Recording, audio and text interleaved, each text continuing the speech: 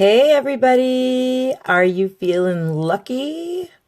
I thought I would do something cool for St. Patty's Day coming up, spring coming, and it looks like a juicy little four-leaf clover with some little dewdrops on it, and it's actually a lot easier than it looks.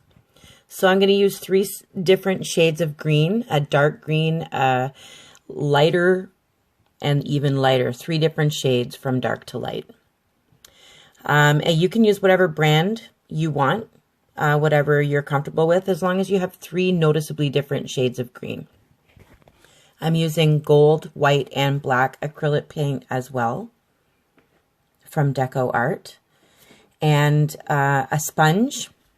You can use any kind of sponges that you feel comfortable with. I will leave in the description of this video. There will be tutorials. There will be tutorials for paintbrushes, sponges, resin, the whole 9 yards. It will all be listed in the description for the video. So first of all, I have a small gray rock. It gets really dark when it's sealed, when I resin it. So keep that in mind when you're resining your rocks, or once you seal it. If you just get it wet, that will show you what color it's going to be when you resin it.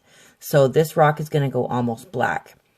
Now I'm going to use a white paintbrush, a nice fine paintbrush here, and I'm literally just putting on 4 sloppy heart shapes. They are not perfect heart shapes, they are sloppy heart shapes, but we need 4 of them. And they're all different sizes, and that's okay, because in the end, you're going to love this anyway. And of course, you need your little stem. I make it a little thicker on the end of the stem. I just think it looks cute at the bottom when it's a little bit thicker. Now, once that's all outlined with your white acrylic paint, I use a sponge. And basically what we're doing right here is we are priming for our four-leaf clover. Because the rock is so dark, I'm going to prime it first with a white acrylic paint. That way those greens all stand out bold and beautiful on this rock when I'm done. If it was a lighter color rock, I probably wouldn't bother doing this white part. I'd skip right to the green. But because this rock does go almost black when it's resined, I want the greens to be beautiful. And you'll see at the very end of this video just how beautiful they're going to be. Now, once that's dry, I'm going to use the same little sponge again. We're going to use sponges today and brushes, and I'll have tutorials and links on where you can get those all in the description. So with the lightest color green that you have, I'm using like a lime green. And I'm just going to fill in basically over top of all this white. You don't even have to get all the way out to the edge. If you're worried about going over the line, steer clear from the line. Stay back from it. It's okay if there's a little bit of white around the edge. We're going to fix all of it, and you're not even going to see any of that. So just try and fill it in using the same sponge. Always dab off the excess paint that's on your sponge, or else it's really hard to work with it. And mind my cat. She is bugging me for a toy that she's lost, and I'm too busy right now. So she's going to have to be patient with me. So basically what I was saying is you have to dab off the excess stuff on your sponge so it doesn't get sloppy. It doesn't blend very well. It doesn't cover the paint very well when there's too much paint. So always sponge off the excess stuff before you go onto your rock. Now I filled it all in with the lime green. And even if it's wet still, use the same sponge and go to your medium colored green, the one that's a little bit darker. And I'm just going in and kind of just shading in a little bit. I'm not going to do too much. I'm not going to completely cover all up that lime green. I just want to see a little bit of shading and definition in the leaves. So as you can see, I'm just gently sponging on some of that darker color green. And then I'm even going to go darker than that, but I'm going to get darker and go to the center of the four-leaf clover instead. Now I'm going to flash a warning here. Warning, we will be using gold. So be warned, if you're not a fan of gold, move along, please, and thank you. I have to be kind. Now I've gone in with the darkest color green, which is actually called classic green. And I've just darkened up like almost like a heart shape shaded area.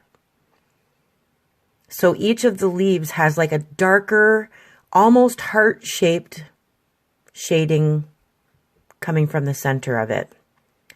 Now I put a dot in the center there for you. It was a light green, but you couldn't see it. I put the darker one in there so you could see the center of the clover. Now I'm going with my light green and I'm just putting a very light one vein going down each leaf. And just slightly brush it on. Just very gently so that it fades out to nothing at the end. Just sweep it on. I don't even know how to tell you guys what to do. I'm using my own terminology. And here comes the gold. And it danced across the screen for you. Now I'm going to outline everything, including those light green sweeps of the vein. I'm going to go over everything with gold, just to find where our leaves are. I'm also going to outline the stem, and I'm using this fine lining brush, which I did not buy it like this. I bought a brush and then made it up this way, so it was easier for me to do some fine lining. Now I am going to put a very light sweep of gold over these veins, but don't cover up the light green. Just go along the side of the light green, along one of the sides of it, with just a little sweep of gold, just so that it stands out a little bit.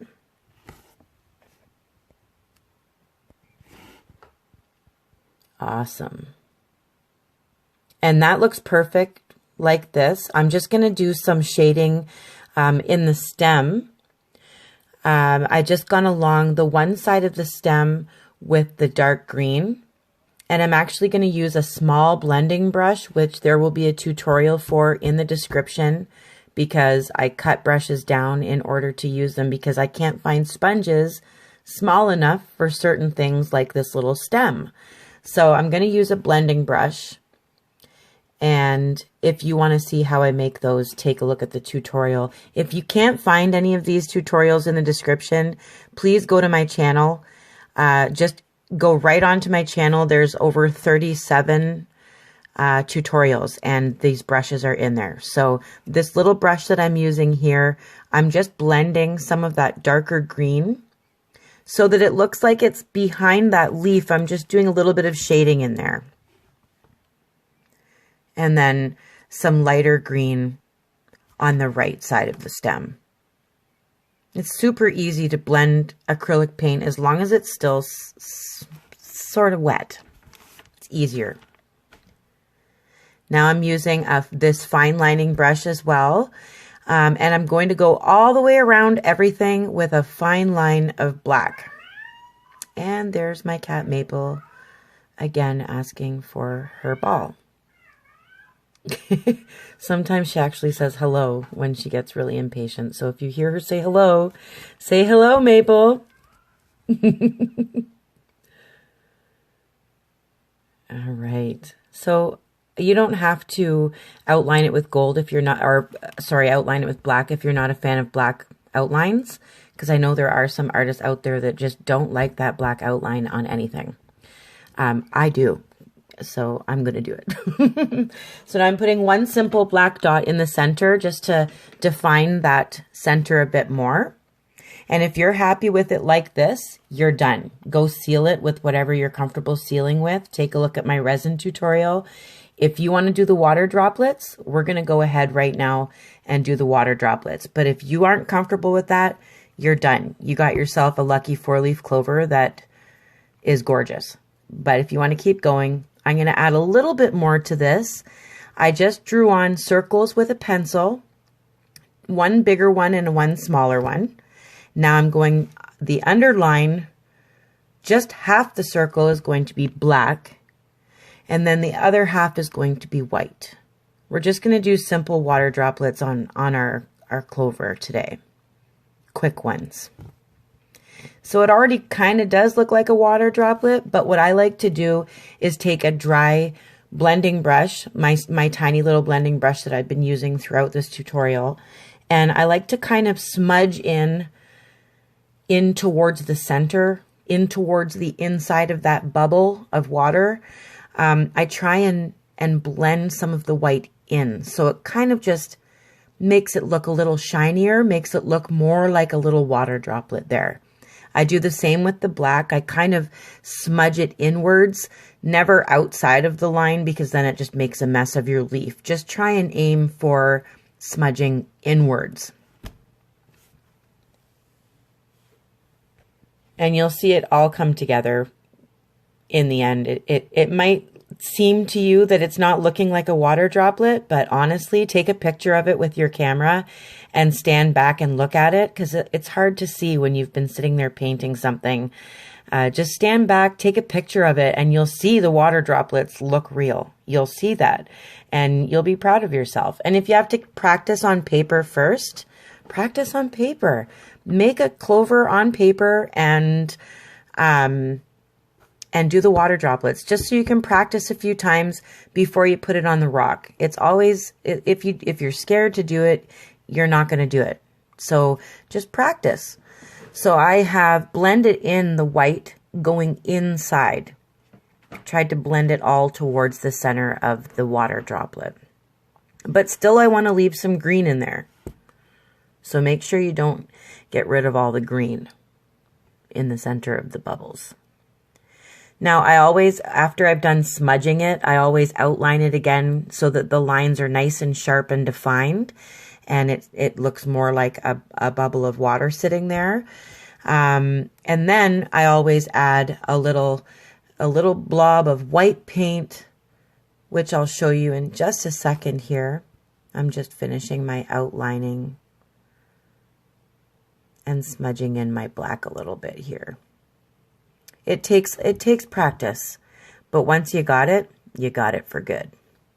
So now I'm going to just make sure that my white isn't all smudgy on the outside, and make sure I define the white as well as just like I did with the black. As I defined that black line, it cleans it up right away as soon as you just run that skiff of white right over the edge of that bubble. And here I'm putting the little white blobs. Now they look like water droplets sitting there waiting for a dragonfly to come and have a little sip. And I'm even going to make the leaves shinier. And I'm going to add a couple of little blobs of white. Little J's around the curls of the leaves. You don't have to do this either. I just add all these little things so that it's more stuff that I can teach you. So that you can walk away from my tutorials with a bunch of different techniques and hopefully confidence to make your own beautiful four-leaf clovers or whatever I'm showing you how to paint. I hope this was really fun for you. Wait till you see it resined. Your heart will flutter, I promise you. And anyone who sees your rock after you're done will be very lucky, and you'll make their heart flutter as well.